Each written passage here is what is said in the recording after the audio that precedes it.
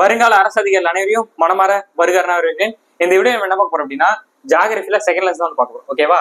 காலநிலை மற்றும் இயற்கை தாவரம்னு சொல்லிட்டு இந்த லெசன்ல கிளைமேட்னா என்ன, வெதர்னா என்ன அப்படின்னு சொல்லிட்டு டிஃபரன்ஸ் கொடுத்துருப்பாங்க. எப்படி இந்தியாவில நிறைய கிளைமேட் சேஞ்சஸ் ஏற்படுது, அதுக்கான காரணங்கள் என்னன்னு சொல்லிட்டு இதெல்லாம் தெளிவாக கொடுத்துருப்பாங்க. இந்த லெசன் நம்ம ஃபுல்லா பார்க்க போறோம். இந்த லெசன் எடுக்க போறது நம்ம சார் குமாரசாமி தான் எடுக்க போறாங்க. என்ன சார் எடுத்துருக்கீங்களா? எப்படி இருக்கீங்க? நல்லா இருக்கு சார். ஓகே, நல்லபடியா கிளாஸ் எடுங்க. வெறித்தனமா கிளாஸ் கவனிங்க. கண்டினியூ பண்ணுங்க. இப்போ நம்ம செகண்ட் லெசன்ல காலநிலையும் இயற்கை தாவரங்களும் என்னன்னு பார்ப்போம். ஃபர்ஸ்ட் காலநிலையை பார்க்கறது ஒரு சில டேட்டாஸ் நம்ம தெரிஞ்சுக்கணும். இப்போ வானிலைனா என்ன, காலநிலைனா என்ன, வெதர்னா என்ன, கிளைமேட்னா என்ன பார்க்கணும். வெதர்ன்றது ஒரு ஷார்ட் டைம், அன்னைக்கு மாறிட்டே இருக்கும். நீங்க மழை பெய்யும், நாளைக்கு வெயில் அடிக்கும், அப்புறம் குளிரா இருக்கும். இதே காலநிலை. கிளைமேட்ன்றது லாங் டைம். இந்த வெதரோட 30ல இருந்து 35 வருஷம் சராசரி தான் கிளைமேட், காலநிலை. சரிங்களா? இது நல்லா புரிஞ்சுங்க. மாத்தி கேட்பாங்க. இப்போ கிளைமேட்ன்றது லாங் டைம் ஞாபகம் வச்சுக்கலாம். ஷார்ட் டைம் கொடுத்துட்டு கூட்டு காரணத்தை கேட்டாங்கன்னா கரெக்டா போட்டுருங்க. இப்போ நம்ம காலநிலை நிர்ணயிக்கக்கூடிய காரணிகள், அதாவது ஃபேக்டர்ஸ், என்னென்ன காரணிகள் காலநிலை நிர்ணயிக்கக்கூடிய நம்ம பார்க்க போறோம். ஒரு 6 காரணிகள் இருக்குங்க. இதுதான் இந்தியாவில் எங்க மழை பெய்யணும், எங்க வெயில் அடிக்கணும், எங்க பனி பெய்யணும், இந்த காலநிலை தான் தீர்மானிக்கும்.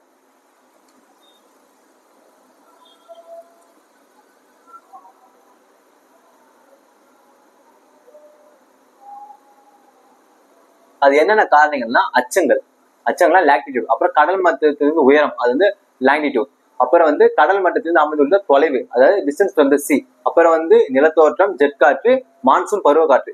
இந்த 6 காரணிகள் தான், இந்த 6 ஃபேக்டர்ஸ் தான் எங்க வெயில் அடிக்கணும், எங்க மழை பெய்யணும், எங்க பனி பெய்யணும் தீர்மானிக்கும். இப்ப நம்ம ஒவ்வொன்றை பத்தி கொஞ்சம் டீடைல்ஸா பார்ப்போம். ஃபர்ஸ்ட் நம்ம பார்க்க போது அச்சங்கள், லாட்டிடியூட். இப்போ மேப்பை வச்சு உங்களுக்கு எக்ஸ்பிளேஷன் பண்ணா உங்களுக்கு மொத்தமா வேர்ல்டு சைடு வரைக்கும் எப்படி டெம்பரேச்சர் வரைக்கும் நம்ம கிளியரா இப்ப பார்த்துருவோம். இப்போ நம்ம அச்சக்கோடுகள், அதாவது லாட்டிடியூட். இந்த லாட்டிடியூட்னா எப்படி இருக்குன்னா, மேற்குல இருந்து கிழக்கு நோக்கி இருக்கக்கூடிய கோடுகள் தான் லாட்டிடியூட், அதாவது அச்சக்கோடுகள். அச்சக்கோடுகள் இப்படிதான் இருக்கும். சரிங்களா? இந்த அச்சக்கோடுகளே ரொம்ப பெரிய கோடுனா ஈக்குவேட்டர். இது 0 டிகிரி. இதுதான் பூமி ரெண்டா பிரிக்கும். மேல இருக்கிறது வட அரைக்கோளம், கீழே இருக்கிறது தென் அரைக்கோளம். எப்பவுமே இந்த ஈக்குவேட்டர் இருக்குல்ல, இந்தியா ரெண்டாம் போலது நம்ம டிராபிக் ஆஃப் கேன்சர். இங்க போது பாத்தீங்க கடகரேகை.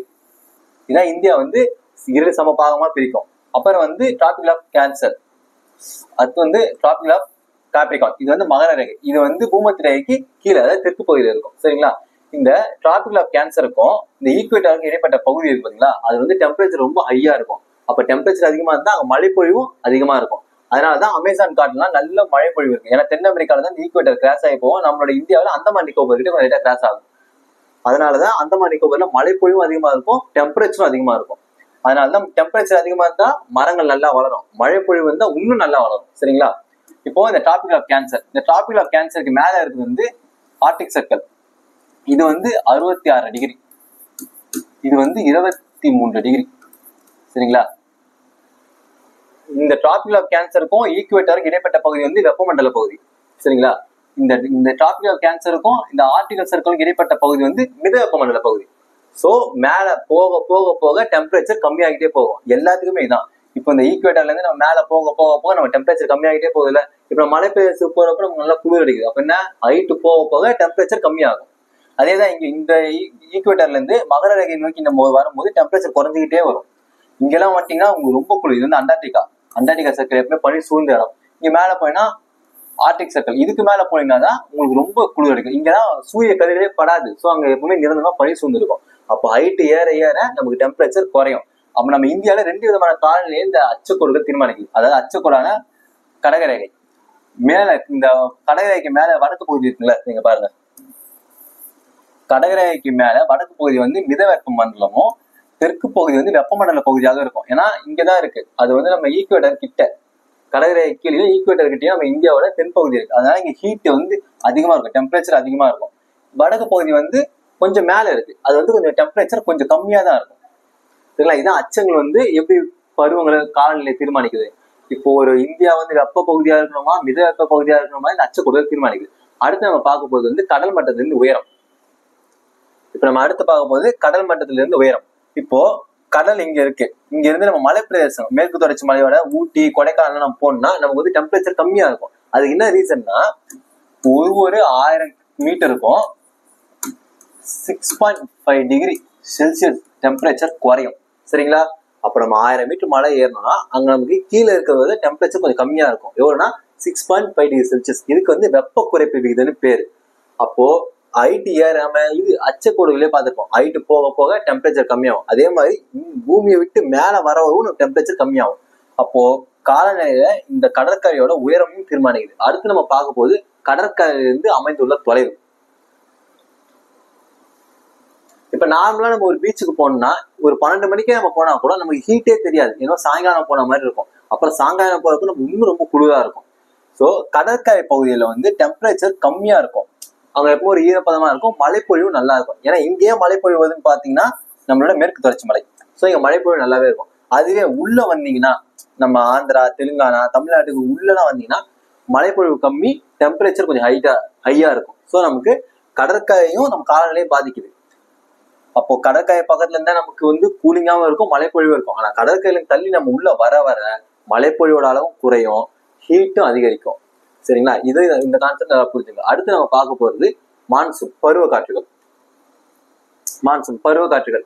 இப்ப பாருங்க, இப்ப நமக்கு 2 பருவ காற்று இருக்கு. தென்மேற்கு பருவக்காற்று, வடகிழக்கு பருவக்காற்று. இந்த பருவ காற்றுகள் எப்படி வருதுன்னா, நம்ம சூரியன் கிட்ட வர வர இந்த ஜூன் மாசத்துல இங்க கடற்கரை இருக்குல்ல, இந்த இடத்துல டிராபிக் ஆஃப் கேன்சர் போகும். இந்த கடற்கரைகளை வந்து வெயில் படும்போது டெம்பரேச்சர் வந்து ஹை ஆயிடும், அப்புறம் ப்ரெஷர் வந்து லோ ஆயிடும். எப்போ அதே மாதிரி கீழே வந்து டெம்பரேச்சர் லோ ஆயிடும், ப்ரெஷர் வந்து ஹை ஆயிடும். இந்த ரீசனாலதான் நமக்கு பருவ காற்றுகள் வருது. இந்த இடத்துல சூரிய கதிர்கள் செங்குத்தா விழும்போது, அதாவது எப்போ விழுனா கரெக்டா சொல்ல போனா ஜூன் டு செப்டம்பர் மாசம் தென்மேற்கு பருவ காற்று. ஜூன் மாசத்துல வந்து இங்க செங்குத்து கழிவு இங்க விழா இருக்கும். கரெக்டா ஜூன் 21 வந்து செங்குத்து கழிவு இங்க விழும். அந்த நாள்தான் மிக மிக நீண்ட பகல் பொழுதுன்னு சொல்றோம். ஜூன் 21 நமக்கு மிக நீண்ட பகல் பொழுது. காரணம் கடற்கரைகளை வந்து சூரியனோட செங்குத்து கதிர்கள் விழும். இதனால இங்க வந்து டெம்பரேச்சர் ரொம்ப அதிகமாகும், ப்ரெஷர் கொஞ்சம் லோ ஆயிடும், ரொம்ப லோ ஆயிடும் ஜூன் மாசத்துலாம். அதனால இங்க இருக்கிற ஹை ப்ரெஷர் வந்து இங்க வந்து நகர ஆரம்பிக்கும். வரும்போது கடல்ல இருந்து தானே வருது, அதோட மேகங்களையும் நீராவியையும் கூட்டிகிட்டே வரும். இது வந்து 2 கிளையா பிரியும் நமக்கு. இங்க வந்து ஒரு கடல் ஒரு கிளை வந்து வங்காள விரிகுடாவிலையும், இன்னொரு கிளை வந்து அரபிக்கடல்லையும் வரும். இங்க இந்த கடற்கரையோர மாவட்டங்களுக்கு மாநிலங்களுக்கும் மழை பொழிவு எப்படி தருதுன்னா, இங்க வந்து மேற்கு தொடர்ச்சி மலை இருக்கும். மேற்கு தொடர்ச்சி மலையில காத்து இப்படி மோதி இப்படி மேல போகும். அதனாலதான் இந்த இடத்துல மழை பொழிவு நல்லா இருக்கும். இங்க இருக்கிற கர்நாடகா, ஆந்திரா, தமிழ்நாட்டுக்கு மழை பொழிவு இருக்காது. அப்படியே அப்படியே மோதிட்டே அப்படியே போய் ஆரவல்லி மலைத்தொடர் இங்க இருக்கும். அப்படியே ஆரவல்லி மலைத்தொடர் பட்டு இப்படி திரும்பும். இந்த ஆரவல்லி மலைத்தொடர் தென்மேற்கு பருவக்காற்றோட திசைக்கு இணையாக இருக்கிறதுனால இந்த மேற்கு சைடுக்குலாம் மழை பொழிவு தராது. இந்த சைடுக்கு மட்டும்தான் அதிகமான மழை பொழிவு தரும். இங்க வந்து இமயமலை இருக்கு. இந்த இமயமலையில போய் இந்த காத்து மோதி இங்க மழை பொழிவு நல்லா தந்துடும். அதே மாதிரி இந்த காத்தும் போயிட்டு மேகாலயால இருக்கிற இமயமலையில மோதி அங்க மழை பொழிவு நல்லா தரும். அந்த இடத்துலதான் மவுண்ட் சிண்டம் இருக்கு. உலகிலே அதிக மழை பொழிவு பகுதியான மவுண்ட் சிண்டம் அங்கதான் இருக்கு. எவ்வளவு சென்டிமீட்டர்னா 1141 சென்டிமீட்டர் மழைப்பொழிவு இந்த மேகாலயா என்ற பிளேஸ்ல இந்த தென்மேற்கு பருவக்காற்று தருது. அதே மாதிரி இந்தியாவுல 75% பகுதிகளுக்கு இது மழைப்பொழிவு தருது. சரிங்களா? தென்மேற்கு பருவக்காற்று. நம்மளோட தமிழ்நாட்டுக்கும் கர்நாடகாவுக்கும் தென்மேற்கு பருவக்காற்று மழைப்பொழிவு தராது. நமக்கு தரது வடகிழக்கு பருவக்காற்று தான். சரிங்களா? இந்த தென்மேற்கு பருவக்காற்று எங்க சந்திக்கணும்? இந்த 2 கிளையும் யூபியில சந்திக்கும்.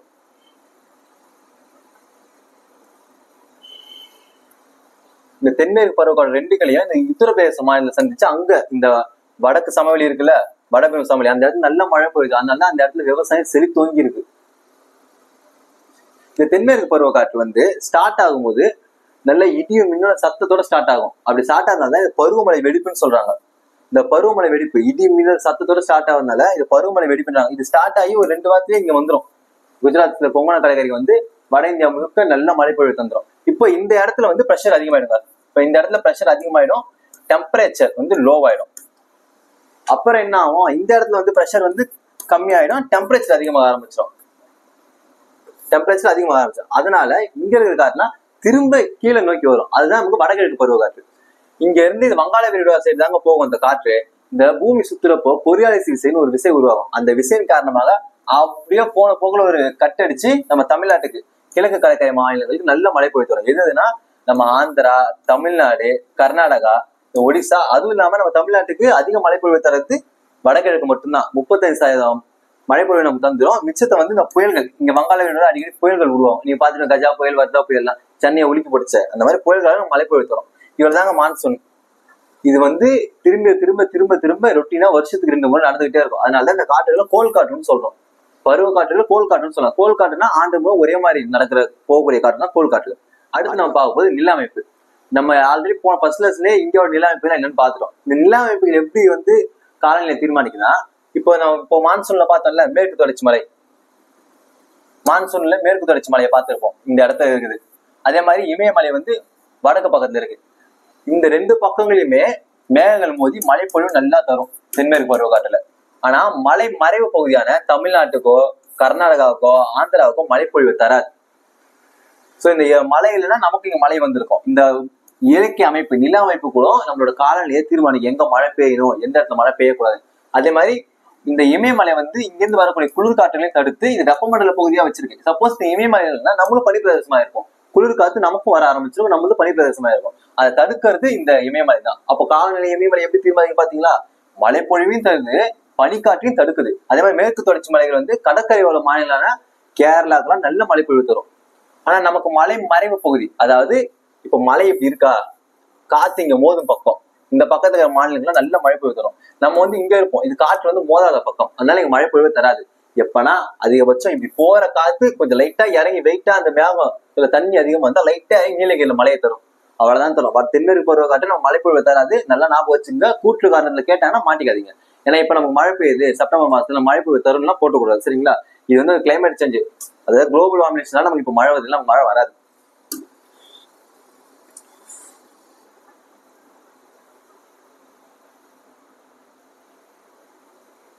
அடுத்து நம்மளோட காலநிலையை தீர்மானிக்கக்கூடியது ஜெட் காற்றுகள். இந்த ஜெட் காற்றுகள்லாம் என்னன்னு பாத்தீங்கன்னா, இது சிம்பிளா சொல்லணும்னா, இப்போ வளிமண்டலத்துல 1000 அடிக்கு மேல வளிமண்டலம் இருக்குல்ல, அதுல சின்ன சின்ன வழிகள் இருக்கும். அந்த வழியில ரொம்ப வேகமா போகக்கூடிய காற்று ஜெட் காற்று. இந்த ஜெட் காற்று வந்து மேற்கத்தேரியோட நம்ம வட இந்தியாவை கொண்டு வந்து மழைப்பொழிவு தர வைக்கும், குறுகிய கால மழைப்பொழிவு, சரிங்களா? இப்ப நம்ம காலநிலை பாதிக்கக்கூடிய காரணிகள் எல்லாத்தையும் முடிச்சிட்டோம். என்னென்ன பார்த்திருக்கோம்? கடல் மட்டத்திலிருந்து உயரம், கடல் மட்டத்திலிருந்து தொலைவு, அச்சங்கள், அப்புறம் நில அமைப்பு, ஜெட் காற்று, அப்புறம் மான்சூன் பருவ காற்றுகள். இதெல்லாம் நம்ம இந்தியாவோட காலநிலைகளை தீர்மானிக்கக்கூடிய காரணிகள். இப்ப நம்ம பருவ காலங்களை பத்தி பார்ப்போம்.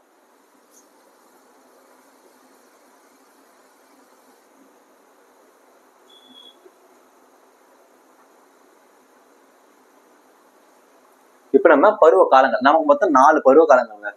இப்ப குளிர்காலம், குளிர்காலம் எல்லாரும் தெரியும், ஜனவரி டு பிப்ரவரி குளிர்காலம். அப்புறம் வந்து கோடைக்காலம், மார்ச் டு மே கோடைக்காலம். அப்புறம் வந்து தென்மேற்கு பருவக்காற்று ஜூன் டு செப்டம்பர். அதே மாதிரி வடகிழக்கு பருவக்காற்று வந்து அக்டோபர் டு டிசம்பர். இதுலயும் அக்டோபர் மாசம் மழை வந்துடாது, டிசம்பர் மாசம் நவம்பர் மாசம் மழை நம்ம நல்லா பெய்யும் தமிழகத்துல. அக்டோபர் மாசம் மழை அந்த அளவுக்குலாம் வரும், ஏன்னா அப்பதான் அங்க வடகிழக்கு பருவக்காற்று உருவாக ஆரம்பிச்சிருக்கும், சரிங்களா? இப்ப இந்த ஒரு காலத்தையும் அந்த காலத்தால எந்தெந்த பிளேஸ்ல மழை பெய்வது, இந்த காலத்துக்கு ஏற்பட்ட காரணங்கள் என்னன்னு நம்ம பார்க்க போறோம்.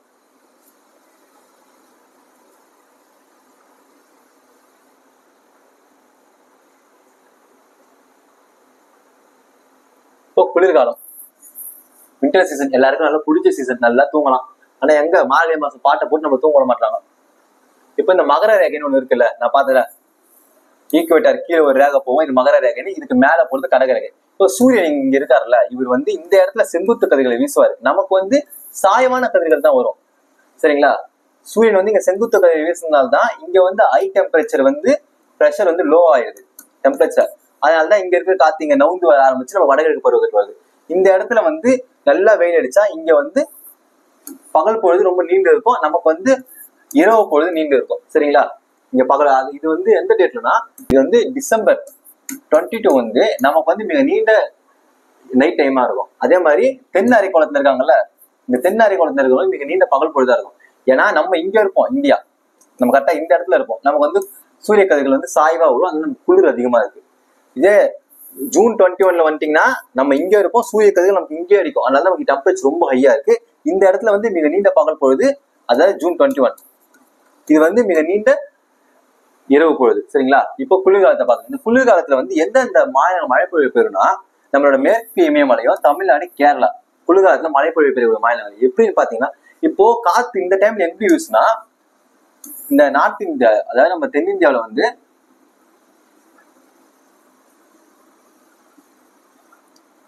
குளிர்காலத்துல காத்து எப்படி வீசும் பாத்தீங்கன்னா, வடமேற்கு திசையில இருந்து சிந்து பள்ளத்தாக்கு நோக்கி வீசும். அதே மாதிரி நம்மளோட தென்னிந்தியாவில கிழக்கு சைட்ல இருந்து மேற்கு சைடு நோக்கி காத்துகள் வீசும். இதனால இங்க மத்திய தரைக்கடல்ல ஒரு பிளேஸ் இருக்கு, அந்த இடத்துல வந்து மேற்கத்திய இடையூறு தாழ்வுகள் உருவாகும். அந்த காற்றை வந்து ஜெட் காற்று வந்து உள்ள கொண்டு வந்து வடக்கு மற்றும் வடகிழக்கு பகுதியிலையும், அதே மாதிரி இந்த பஞ்சாப் ஹரியானா பகுதியிலும் மழைப்பொழிவு தரும். அதனாலதான் குளிர்கால கோதுமை பயிரிட இந்த மழைப்பொழிவு நமக்கு உதவியா இருக்கு. பஞ்சாப்ல மட்டும் கோதுமை நல்லா விளையுது. இதுதான் குளிர்காலத்துல மழை பெய்யக்கூடிய பகுதிகளும் அங்க வந்து விளையக்கூடிய பயிர்களும்.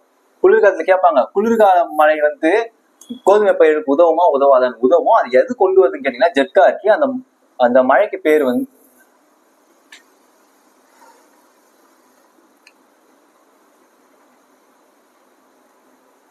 இப்ப நம்ம குளிர்காலத்தை பார்க்க போறோம். குளிர்காலம்னா என்ன? ஜனவரி டு பிப்ரவரி. சரிங்களா? ஜானு பிப்பு மட்டும்தான் நமக்கு குளிர்காலம். இந்த டைம்ல வந்து சூரிய ஒளி வந்து மகர ரேகையில விழும்.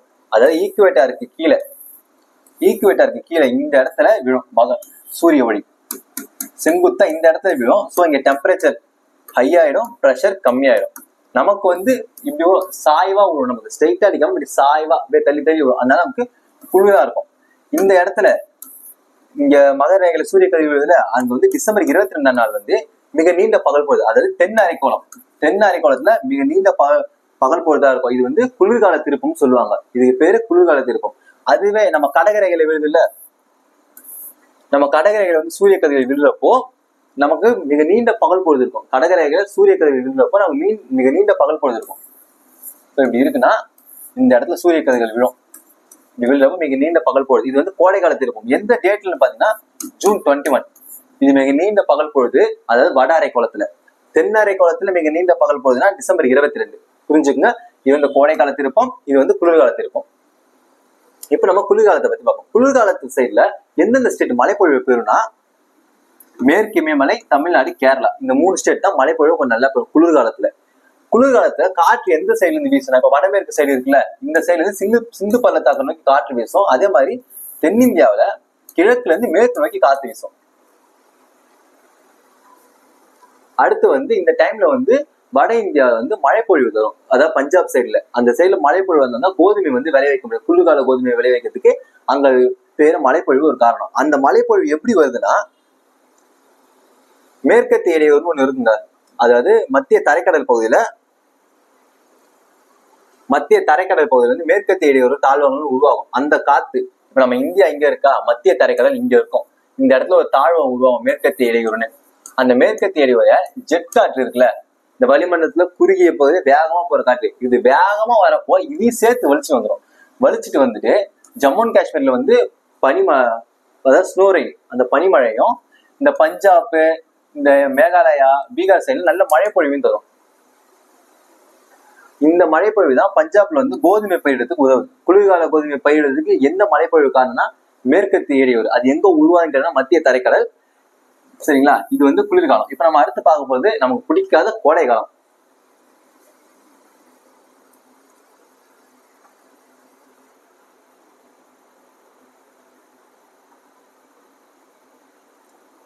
கோடை காலம் யாருக்குமே பிடிக்கவே பிடிக்காது. நம்மள வீட்டை விட்டே வெளில வர முடியாது, மூஞ்சுக்குள்ள வேர்த்து ஊத்திரும். இது எப்பன்னு பாத்தீங்கன்னா மார்ச் டு மே. இது வந்து மார்ச் டு மே இந்த 3 மாசம் தான்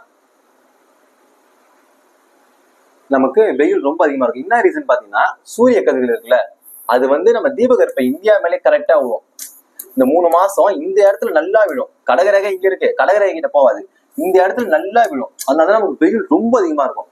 இந்த ஹீட் வந்து இங்க இருந்து அப்படியே தென் சைடுல இருந்து வட சைடு வந்து ஹீட் வந்து டிராவல் ஆகும். இந்த இடத்துல விட நமக்கு ரொம்ப வெயில் அடிக்குது இந்த 3 மாசம். அதுவும் சித்திரை மாசம் எல்லாம் வந்துச்சுன்னா எல்லாம் நம்ம தமிழ்நாட்டுல பக்காவா விழும். அதனால வெயில் ரொம்ப உச்சத்துக்கு போகும்.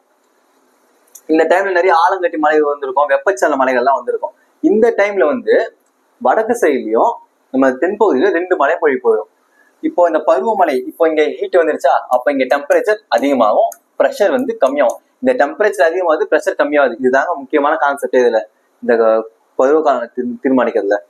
இப்போ இந்த இடத்துல என்ன ஆகும், டெம்பரேச்சர் கம்மியாயிடும், ப்ரெஷர் அதிகமாகும். ஸோ இங்க வந்து அப்படியே ஒரு காற்றழுத்த தாழ்வு நிலை அப்படியே உருவாக ஆரம்பிக்கிற இந்த இடத்துல. இது நான் உருவாகிட்டேன் அப்படின்னு காமிக்கிறதுக்காக பருவமழை வெடிப்பா கேரளா, கர்நாடகா இந்த 2 சைடுல மட்டும் ஒரு பருவமழை இருக்கும், முன் பருவமழை தரும்.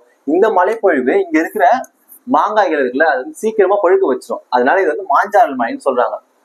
இங்க இந்த மழை பெய்யுது, அப்ப மேலேயும் பெய்யணும்ல. நம்மளோட வடமேற்கு சைட்ல தலைக்காற்று, அதாவது நார்வெஸ்டர், கல்பை சைன்னு சொல்லக்கூடிய காற்று மழைப்பொழிவு தரும்.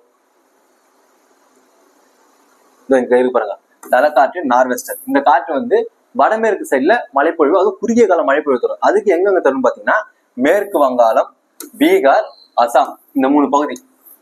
இந்த சைடு காற்று உருவாகி வந்து இங்க இருக்க மலைகள்ல மோதி மேற்கு வங்காளம், பீகார், ஒடிசா இந்த பகுதிகளுக்கு குறுகிய கால மழையை தரும். இதுதான் கோடை காலத்துல மழை பெய்யக்கூடிய பகுதிகளும் அதுக்கான பெயர்களும். அப்ப நம்ம தென்னிந்தியா சைட்ல வரக்கூடிய மழை பெய்யுது மாஞ்சாறு மழை பொழிவு, சரிங்களா? மேங்கோ சோவர், இது வந்து பருவமழை வெடிப்பு. நான் வந்துட்டேன், பருவமழை ஸ்டார்ட் ஆயின்றதுக்கு ஒரு அறிகுறியா அந்த இடத்துல மட்டும் ஒரு சின்ன மழை பொழிவு தரும். அது வந்து மாங்காய் வந்து சீக்கிரமா பழமாறதுக்கு உதவும். அதனாலதான் மாங்காய் காய்ச்சா வெள்ளாமை பெங்கும், புளியங்காய் காய்ச்சா வெள்ளாமை மங்குன்னு சொல்லுவாங்க. ஏன்னா மழை பெஞ்சா மாங்காய்கள் நிறைய கிடைக்கும், மழை பெய்யலன்னா புளிகள் வந்து அதிகமா கிடைக்கும். அதை நம்ம சாம்பார்ல கிடைக்கும் அந்த புளிங்க, நீங்க அந்த புளிக்கு போயிடாதீங்க.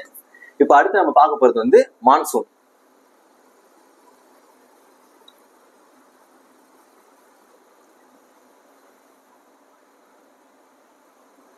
தென்மேற்கு பருவக்காற்று. இது ஆல்ரெடி அந்த பருவக்காற்றுல நம்ம பசி எடுத்துட்டேன், இல்ல சும்மா ஒரு ரிவிஷன் மாதிரி நம்ம பார்த்துருவோம். இப்ப தென்மேற்கு பருவக்காற்று நம்ம ஜூன் டு செப்டம்பர் இந்த காலம் வந்து தென்மேற்கு பருவக்காற்று. இதுதான் இந்தியாவில் வந்து 75% மழைப்பொழிவு தருது. அதான் தமிழ்நாட்டுக்கு மழைப்பொழிவு தராது. தமிழ்நாட்டுக்கு மழைப்பொழிவு தராது. இந்த மேற்கு கடற்கரை பகுதி, அதாவது காற்று மோதும் பக்கம் உள்ள மாநிலங்களுக்கு நல்ல மழைப்பொழிவு தரும். அதே மாதிரி வட சமவெளியில் இருக்க மாநிலங்களுக்கு நல்ல மழைப்பொழிவு தரும். இவ்வளவுதான் தென்மேற்கு பருவக்காற்று. இது வந்து இந்தியாவில 75%. இது வந்து எல்லினோன்னு சொல்லுவாங்க. இந்த எல்லினோ இருக்குல்ல, எல்லினோனா பசிபிக் பெருங்கடல்ல கடலோட மேற்பரப்புல ஹீட்டா இருக்கும், அதான் எல்லினோ.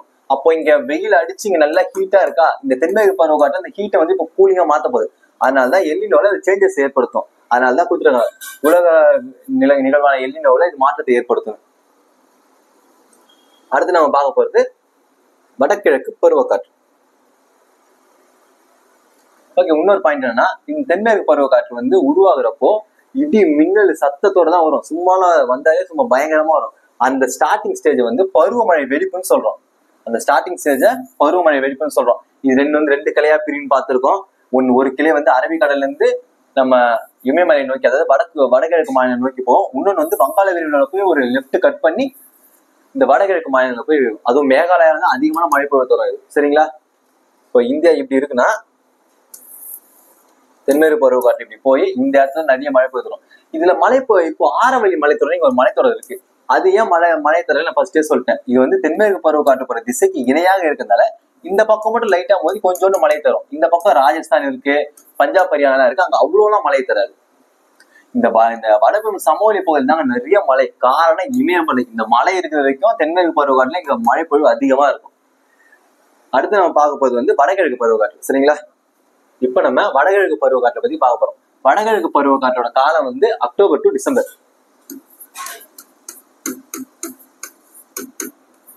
நம்ம ஃபர்ஸ்டே வடகிழக்கு பருவக்காற்று எப்படி உருவாகுது, எப்படி மழை பொழிவு எங்கெங்க தருதுலாம் பார்த்துருவோம். இது சும்மா ஒரு ரிவிஷன் மாதிரி நம்ம பார்த்துருவோம். நம்ம வடகிழக்கு பருவக்காற்று தென்மேற்கு பருவக்காற்று முடிஞ்சோடனே நமக்கு ஸ்டார்ட் ஆகும். இது வந்து வங்காள விரிகுடாவுக்கு போக வேண்டிய காற்றை இந்த கொரியாலிஸ் திசை தான் நமக்கு திருப்பி கிழக்கு சைடு மழைப்பொழிவு தர வைக்குது. இந்த கொரியாலிஸ் திசை வந்து பூமி சுத்துவதனால உருவாகுது கொரியாலிஸ் திசை. இதன் மூலம் எந்தெந்த ஸ்டேட்ஸ் மழைப்பொழிவு பெறும்னா தமிழ்நாடு, ஆந்திரா, கர்நாடகா முக்கியமா மழைப்பொழிவு பெறுது. அதுவும் 35% பெறும். மிச்சம் வந்து நமக்கு உருவாகும் புயல்கள். இந்த புயல்கள் மூலம் நம்ம மிச்சம் மழைப்பொழிவு பெற்றிருப்போம். சரிங்களா? இப்போ நம்ம பருவ காலங்களை முடிக்கிறோம். நம்ம என்னென்ன பார்த்துருக்கோம், காலநிலையை பாதிக்கக்கூடிய காரணிகளையும் பருவ காலங்களையும் பார்த்துட்டோம். அடுத்து நம்ம பார்க்கக்கூடிய டாபிக்ஸ் வந்து இயற்கை தாவரங்கள், அதாவது பசுமை மர காடுகள், இலையுதிர் காடுகள், வறண்ட காடுகள், அப்புறம் மாங்குரோஸ் காடுகள். இப்போ நம்ம அந்த மேப் வச்சு எக்ஸ்பிளைன் சொல்ல பார்த்துருவோம். சரிங்களா?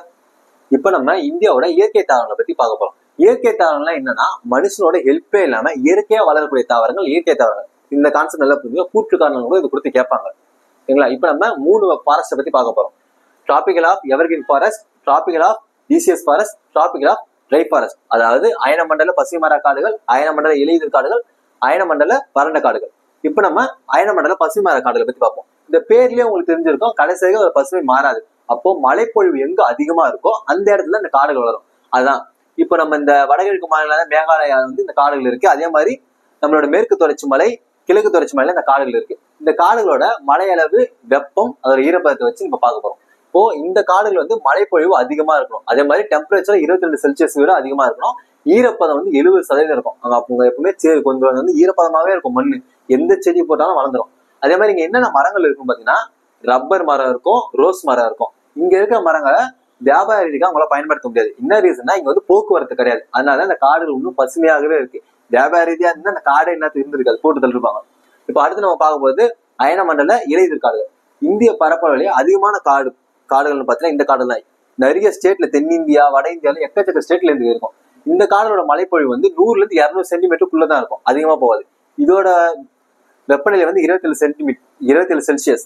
இதோட ஈரப்பதம் வந்து 70%. இந்த காடு ரொம்ப பெருசுங்க. ஏன்னா இங்க ஆரம்பிச்சு நம்மளோட தமிழ்நாடு வரைக்குமே இந்த காடுகள் இருக்கு. இங்க என்னென்ன மரம் இருக்கு பாத்தீங்கன்னா, நம்மளோட வீட்டு வாசக்காலுக்கு யூஸ் பண்ற படாக்கு, தேக்கு, ரோஸ் மரம், வாசனை மரம், சந்தன மரம், சால் மரம் போன்ற மரங்கள்லாம் இங்க இருக்கு. இப்போ வட இந்தியாவில் எந்தெந்த ஸ்டேட்ல இருக்குன்னு நம்ம பார்ப்போம். பஞ்சாப், ஹரியானா, உத்தரப்பிரதேஷ், பீகார், மேற்கு வங்காளம், அப்புறம் மகாராஷ்டிரா, சத்தீஸ்கர், ஜார்க்கண்ட், அப்புறம் வந்து தென்னிந்தியாவில் வந்து தமிழ்நாடு, கர்நாடகா, கேரளா, ஆந்திரா, இந்த எல்லா ஸ்டேட்லயுமே இந்த காடுகள் இருக்கு. இந்த காடுகளை வந்து வியாபாரிகளுக்காக பயன்படுத்தலாம். ஏன்னா இங்க போக்குவரத்து வசதி இருக்கு. நறுமணத்துக்கு தேவையான மூலப்பொருட்கள் இந்த காடுகள் தான் தருது. அடுத்து நம்ம பார்க்க போறது ட்ரை ஃபாரஸ்ட், சரிங்களா? அயனமண்டல இலையுதிர் காடுகள். இங்க வந்து மழைப்பொழிவு எவ்வளவு இருக்குன்னா 50 to 100 சென்டிமீட்டருக்குள்ளதான் இருக்கும். இது வந்து ஒரு இடைநிலை காடுகள். இதுல ஒரு பாயிண்ட் விட்டேன். இது வந்து ஒரு பருவ காடுகள், அதாவது இலையுதிர் காடுகள். பருவமழை பெஞ்சாதான் இங்க காடுகள் செழிப்பா இருக்கும். இல்லைன்னா கோடை காலத்துல இலைகள் கொட்டிட்டு வசந்த காலத்துல முளைக்கும், சரிங்களா? நான் நோட் பண்ணிருக்கேன், மறந்துட்டேன். இப்ப நம்ம இந்த வறண்ட காடுகள் போவோம். இது வந்து இலையுதிர் காடுகள், அதாவது மழைப்பொழிவு ரொம்ப கம்மியா இருக்கும். அதனாலதான் இது ஒரு இடைநிலை காடுகள்னு சொல்றோம். இங்க என்னென்ன மரம் முளைக்கும் பாத்தீங்கன்னா, மழைப்பொழிவு கம்மினாலே என்னென்ன மரம் வரைக்கும் நல்லா தெரியும். கருவேல மரம், சீம கருவேல, இழுப்ப மரம், அப்புறம் ஆலமரம். இங்க மழைப்பொழிவு கம்மியா இருக்க இடத்துல அந்த மரங்கள்லாம் முளைச்சோம். இது எந்தெந்த ஸ்டேட்ல இருக்குன்னா, ராஜஸ்தான், பஞ்சாப், ஹரியானா, இந்த ஸ்டேட்ஸ் இருக்கு. இந்த 50 சென்டிமீட்டர் கீழே இருக்கிறத வந்து அரைப்பாலைவனம்னு குறிக்கிறோம். அது எங்க இருக்கு பார்த்தீங்கன்னா, ராஜஸ்தானோட மேற்கு பகுதி கிழக்கு பகுதியும் இருக்கு.